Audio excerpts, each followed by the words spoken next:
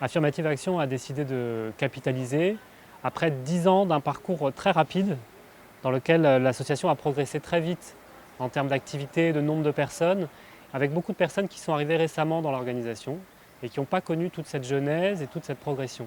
Nous en avons pleinement besoin parce que c'est un staff qui est vraiment composé. Il y en a qui sont là depuis la création, il y en a qui sont arrivés en 2016, il y en a qui sont arrivés l'année dernière, il y en a qui découvrent à peine ce que c'est. Donc je crois qu'en s'asseyant ensemble avec tout le monde, en faisant le parcours d'où nous sommes partis, forcément, je crois que c'est un peu comme remettre les pendules à l'heure et se dire, voilà ce que nous étions à la création, voilà ce que nous avons pu réaliser en 10 ans. Et dans les 10 prochaines années, voilà ce que nous voulons faire.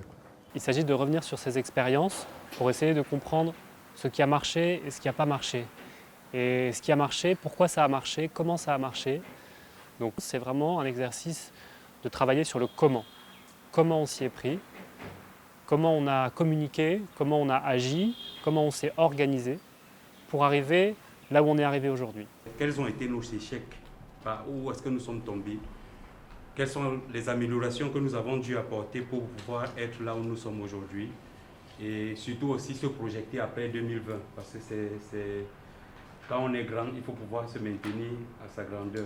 Dans la démarche de capitalisation de Affirmative Action, le choix qu'on a fait, c'est de partir d'abord des changements, des évolutions les plus importantes que percevaient les membres d'Affirmative Action, en disant qu'est-ce qui vous rend le plus fier, qu'est-ce qui pour vous est l'évolution la plus importante. On a rassemblé ça, on a fait parler tout le monde et on a essayé de repérer des grandes tendances de changement qui étaient les choses les plus importantes pour les membres. Et ensuite, assez simplement, on a pris chacune de ces tendances et on a essayé de comprendre comment on en est arrivé là. Qu'est-ce qu'on a pu faire, qu'est-ce qu'on a pu développer comme activité, comme mode d'organisation, comme mode de communication, pour arriver aux réussites qu'on observe aujourd'hui. Et à chaque fois, de se demander aussi quelles sont les difficultés qu'on a réussi à dépasser et quelles sont les difficultés qui nous restent encore. En fait, avant, je n'avais jamais pris le temps de me dire, bon, si on est arrivé à ce point, c'est parce qu'on a traversé ces étapes. Donc, on vit l'évolution, on subit l'évolution, sans jamais se dire, mais qu'est-ce qui a contribué à ce qu'on arrive là où nous sommes arrivés?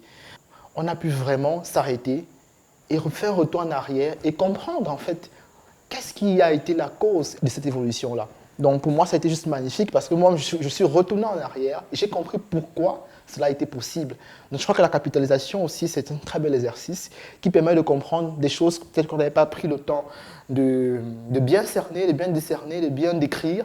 Donc, aujourd'hui, je peux facilement dire que je suis Affirmative Action et sous-bénéficiaire parce que elle a traversé un type de processus, elle a fait face à un certain nombre de problèmes, de difficultés, elle a pu les surmonter, elle a su capitaliser ses faiblesses, elle a su vraiment traverser des étapes très dures et aujourd'hui, elle arrive à cette étape-là. Pour moi, en fait, c'est une histoire qui est en train de s'écrire.